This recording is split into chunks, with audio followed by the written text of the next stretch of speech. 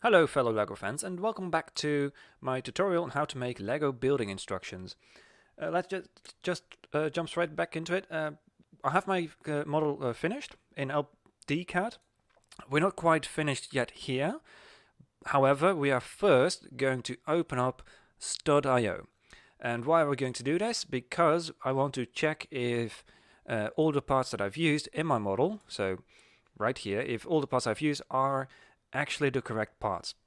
Now, in order to do that, I have to make a parts list, and I just find it easier to work with LDcad on that one, with Studio, excuse me, on that one rather than LDcad.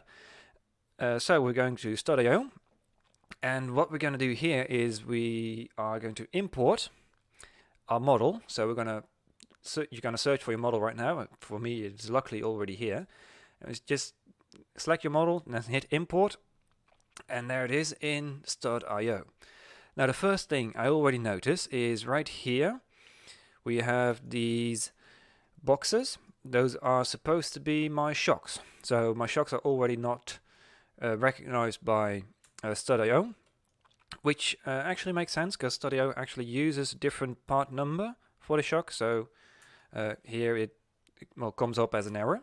And then in the front shock as well, it is more apparent, like it is here, but it's still missing its spring.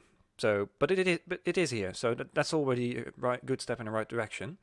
But this is not my parts list, right? So what I want to do to get my parts list is just go over to the top left and click model, and then model info, and then we're going to get a nice parts list already made, which tells us all the parts that are in the model. And now what you want to do is just scroll through, like in your model as well, just scroll through until you see something that is weird or doesn't belong there. So usually, like if it's a fairly obvious mistake you've made, you're going to be getting a yellow text saying unavailable, like I have over here.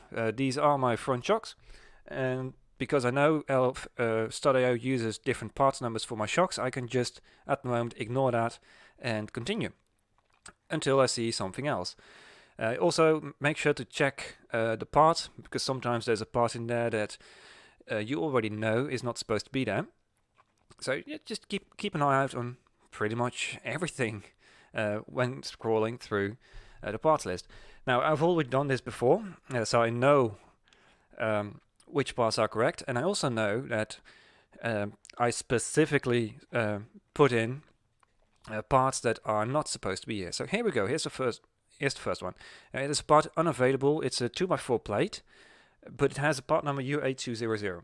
What does it mean? Well, if we read a little bit further, it's a 2x4 plate with square underside stud holes. So that means, like, usually if you take your 2x4 plate and if you look at the bottom, you have quite an open gap. So let's just grab a 2x4 to show you. Yes, it is green, I know. So grab a regular 2x4 and just place it there.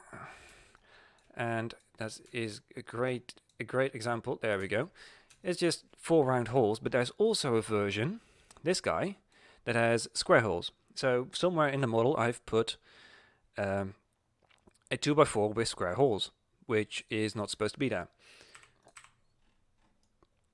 Anyway, so that is part 1 that I'll have to find. Apparently there's 2 of them, because we can see the quantity over here. So I've made that mistake twice, or I've put that mistake in there twice, I should say, because initially there was not a mistake there. Not to say I'm great, but that initially it wasn't a mistake. Now, another thing you might notice is the hinge plates. They are separate pieces. That is not a problem. When you make a parts list on Rebrickable for uploading the instructions, you can fix that yourself. Anyway, let's continue. We have an unavailable, which is a part of the universal joint. So just like the hinge, you can ignore that and continue. We have these 4 pieces, right? This is what Studio puts in place for my shocks that I have in the rear, and because I know those are shocks, I can ignore those as well. So that's lucky for me, right? And let's continue. We have another one available, which is a plate 4x6 with hole. It's white, so most likely it's going to be in my chair, because that's the only white bits I have in the model. But apparently this is, well, a plate with a hole rather than a fully covered plate, rather a regular plate, I should say. And then just continue until we hit the bottom. There we go, we hit the bottom, and you pretty much have checked the entire parts list. So if I remember, we have a plate 4x6 with hole, which is easy to find, and we also have the 2x4 plates with square underside stud holes. There we go. There's 2 of them in the model, so I have to find those and replace those. So let's go back over to the model and check for those pieces. So we're back in the model. Now the white part was easy to find, of course. As I said, it was in the chair. So I'm just going to go into the chair. This is my 4x6 plate is on the back, because I know that, because I've built the model. And as you can see, this 4x6 plate has a hole in it. It's not quite clear. There we go. That's not right, so I want to change it out to a 4x6 without a hole, which is rather simple. Just double click the right plate, it removes the hole, and I can put it back in place. You don't need to take it out of place, it's just a demonstration, right? Now for the other one, we had a 2x4 plate with square underside holes in black. So we're going to change color to black for now. And here I have the 2x4 with square underside holes. I'm just going to drag it into my model, because I have 2 and I honestly don't know where they are, and I believe I have like 6 or 8 2x4s in the model. I don't want to check all of them, right? So I'm going to drag the part in, and then I'm going to change editing mode to nested on the top right. So hover over your model name. There we go. Wow. And then change from normal to nested. So now we can select each individual part rather than our submodels. And then we're going to select that piece that we just dragged in with the square underside holes. And then we're going to go to top left. We have select, and then same part. We click that, and then it's going to select all the parts that are actually wrong. So as you can see, it highlights a part right here on the roof. So that apparently is a square hole 2x4 or square underside 2x4, and here on the bottom as well we can actually see it's a square hole 2x4. So now that we have them selected, all I have to do is just change them out to the regular ones. And now if I am to delete this guy and drag back in the square one and do the exact same thing, select same part, it's not going to select anything else because there's nothing else in there anymore. So that problem is now fixed as well. So now we're going to save it first before we continue on the next bit. Right, now for the step rotations. I'm going to add those in LDcad rather than LPOP 3D because, in my opinion, and probably yours as well, it is going to be a lot faster to just take your 5 minutes of time put that in LDcad and add step rotations. Because if you want to do that in LPOP 3D, it might actually take up to 5 minutes per step. So time saving is quite significant there. So what we want to do first, before we can actually, what I suggest you do first is hit B on your keyboard. This changes the view to step rotation view. I believe it is editing views right here. Yeah, step rotation. Right now it's enabled. If you hit B, it's going to be disabled. If you hit B again, it's going to be enabled. That pretty much means that if you turn around, but the model, you can still do that. But then if you change the step, it's going to rotate back into what you have set as your step rotation. That's to be very clear. So now we have that angle right on the camera. We can instantly also see what we change, which is a nice feature. And is useful also to add the rotations. So now we're going to go to our first step, and we're going to go through the process of adding rotations to the steps. So on the arrows, you can hit the first. You can also hit Control Page Up if you're more a keyboard nerd, I'm just going to hit the arrow and we're going to go to step 1.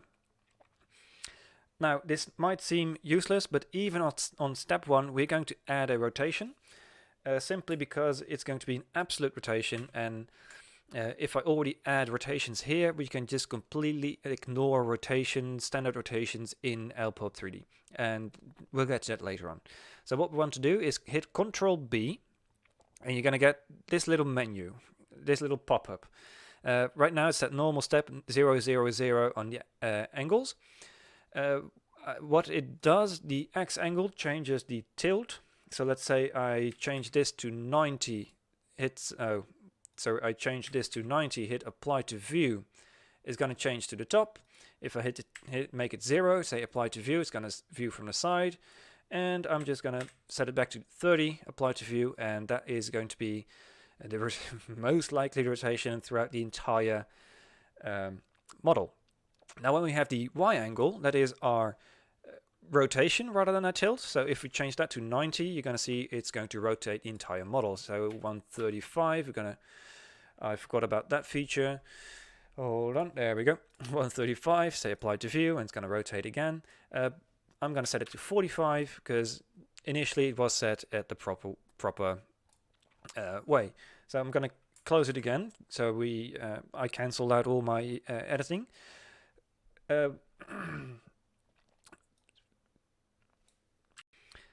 Right, that was a little brain fart, but I'm back. When you hit Control B, of course it's going to be first saying normal step 0, 0, 0. You can change the normal step to absolute rotation step, relative rotation step, additive rotation step, and rotation step end. The only one I'm going to be focusing on is absolute rotation step, and because that is, in my opinion, the easiest way to add rotations in the model. So what we want to do, because I already like the angles here, and I forgot the numbers 30 and 45, but if you already like the angles, what you can do is hit sample view, and it's going to change the X angle to what it is you're looking at. Like if I click this away, rotate it, hit Control B again and say sample view, it's going to change the X angle to 53 and the Y angle to 33, because that's what I rotated it to. I don't want that, however, so I'm going to change back to the original, hit Control B, hit sample view, so that's the rotation I like to have, and it's already changing the step type to absolute rotation step, so that's quite simple. And then all we have to do is say accept, and the rotation is set. So now if you hit Control B, you're going to see it is an absolute rotation step with the angles that we want. So now we're going to actually go through all the steps, and if you think that in order to see all the parts you have to rotate your step, you're going to hit Control B and actually rotate your step. Another one, every time you're going to get a submodel, like this for example, you're going to actually edit the submodel, go to step 1, because if we try to add a rotation on step 2, it's going to give us an error, like you cannot edit last or only step. So we go to step 1, hit Control B, and hit sample view, but because this is a differential, I kind of want to view the inside, so I'm going to change the Y angle to 90, say apply to view, and then now I realize actually I also want this large gear on the other side, so I'm going to change it to -90, because we can do that as well, -90, and then we hit accept, and now that is our rotation for our differential. Now if you go to step 2, you can see it is still in that position, because it is an absolute rotation step. Absolute means absolute, but it only means absolute for this specific submodel. So go back to our main model, hit end in order to do that, and then we can continue down the path of our main model up till the moment that we actually find that we need to change the rotation. So here again we have a submodel. What I would suggest for the submodels actually is you go to your file content, where we have all the submodels in line, and just edit them one by one to find the proper rotation. And now if you have submodels, for example, I have this bushing, it only has one step. What you can do is just add a step, go back to step 1, hit Control B, hit sample view. I actually want to change it out to the other side, so make -45. You hit apply to view, which gives you a preview of how it's going to look, and if you like it, you're going to say accept. So that's how you get around the one step or final or only step rotation limit. So that's what I would suggest you do for each and every submodel. Actually, I'm going to change this one to -135. Hold on, and apply to view. There we go. Hit accept, because it feels like this is a more appropriate angle. Don't know why. But yeah, you just, for all the submodels, you go by like that, and for your main model, and for the larger submodels, of course, you go step by step and see if you actually need to rotate your model. And if you do, you just hit Control B. Last or only step, you make sure you're at step 1. Hit Control B. First take your sample view, and then I don't want the sample view. I want like if you want to change the rotation, you change the Y angle. If you want to change the pivot, the tilt, you could do that as well with the X angle and the Z angle. At the moment, we're not going to be using. Perhaps we use it in LPub 3D, but as only a final measure. So we're going to change the Y angle to 0. Say apply to view. This is the angle I want to have. Say accept. And you can check if the next part is in proper position as well. So just do that in every step. I will skip through this in this video. I will not do time lapse of it because it's probably like you won't be able to follow it anyways, right? So I'll see you in a bit. One additional note, here we have actually a submodel that I want 2 different angles in. Like I said, we can do it exactly the same as the main model. So we have step 1. We want to change the angle so we can actually look inside the differential. So apply to view. So this is the angle I want on step 1. Say accept. Then when we go to step 2, we're going to add the rest of the parts. So we're going to want to take the sample view, change back to 45, and we're going to rotate it back to the original position again. Say accept. And now if you hit step 1, it is going to look into the differential. If you hit step 2, it's going to change the angle to, well, the angle we want for the rest of the model, of course. So that's the one additional note. Another quick note, if you want to add a rotation to your final step, just like in the submodels with only one step, what you can do is just add a non-existing step pretty much. So add a empty step, go back 1 step, and then add your rotation on that one. So in LPub 3D is going to actually ignore that last step that you do nothing. So you're not going to see that anyways. And if you do, you can always delete that page out of your PDF afterwards. So there's honestly no need to worry.